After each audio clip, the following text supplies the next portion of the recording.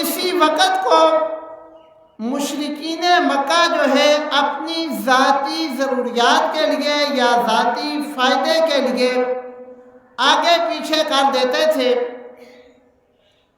کبھی کسی مہینے کو اپنی ذاتی ضرورت کے لیے 2 دن پہلے شروع کر دیا، کبھی 2 دن بعد ختم کیا، کبھی پورا مہینہ آگے پیچھے کر دیا۔ تو یہ مشرکین کی عادت تھی کہ وہ اپنے فائدے کے لیے ایسا کرتے تھے۔ اور شریعت مطہرہ کے اندر تو وقت کی بڑی اہمیت ہے۔ اب ظاہری سی بات ہے، اگر 1 مہینہ 2 دن پہلے ختم ہو گیا، 3 دن پہلے ختم ہو گیا، تو اس سال کا جو حج ہے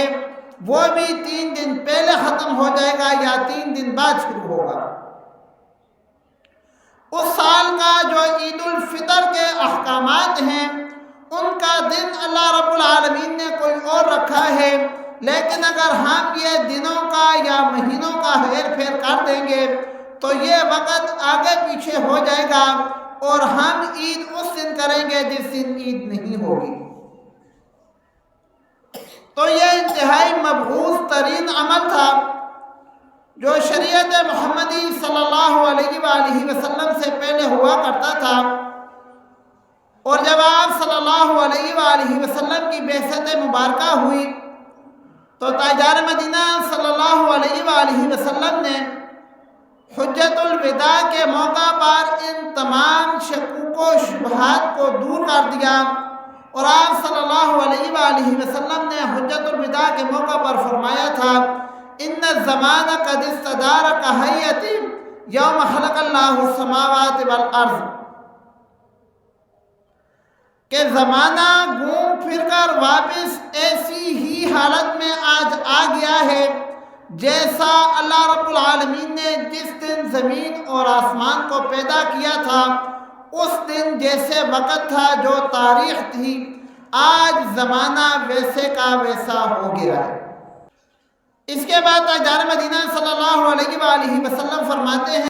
1 سال کے اندر 12 مہینے ہوتے ہیں اور ان 12 مہینوں میں 4 مہینے یہ حرمت والے ہیں،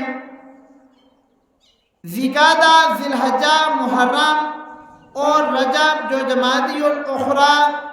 اور شعبان کے درمیان میں آتا ہے۔ تب سے لے کر یہ رجب جو ہے یہ حرمت والا مہینہ ہے۔ ہمارے ہاں رجب المرجب کا مہینہ جب شروع ہوتا ہے تو اس کے ساتھ کئی بدعات بھی شروع ہو جاتی ہیں۔ ایک چیز یاد رکھیں، بدعت اور رسم کے اندر فرق ہوتا ہے۔ آپ ایک کام کر رہے ہیں وہ شریعت کے اندر نہیں ہے، پھر آپ یہ کہتے ہیں کہ یہ ہمارا مذہب ہے، اللہ کے نبی نے بتایا ہے، ہمارے دین میں شامل ہے، تو یاد رکھو یہ بدعت ہے، اور بدعت جو ہے یہ گمراہی ہے، اور ہر گمراہی انسان کو دوزخ تک لے کر جانے والی ہے۔ اور ایک وہ عمل ہے جو ہمارے دین کے اندر تو موجود نہیں ہے، ہم کرتے ہیں لیکن کہتے ہیں کہ یہ ہماری رسم ہے، ہمارے بڑے ایسے کرتے تھے، یا ہمارے علاقے کا ایک رواج ہے۔ یہ بھی غلط ہے، مسلمانوں کے لیے رسم نہیں ہے بلکہ سنت ہے، لیکن کم از کم بدعت سے اس کا درجہ کم ہے۔ بدعت میں تو سیدھا سیدھا دین کے اندر اضافہ یا کمی کی جاتی ہے، یہاں پر یہ ہے کہ انسان یہ چیز مان رہا ہے کہ اس کا ہمارے دین سے کوئی لینا دینا نہیں ہے، بلکہ یہ ہماری اپنی رسومات ہیں، یا ہماری اپنی ذاتی سوچ ہے، یا ہمارا دل اس طرح مطمئن ہوتا ہے۔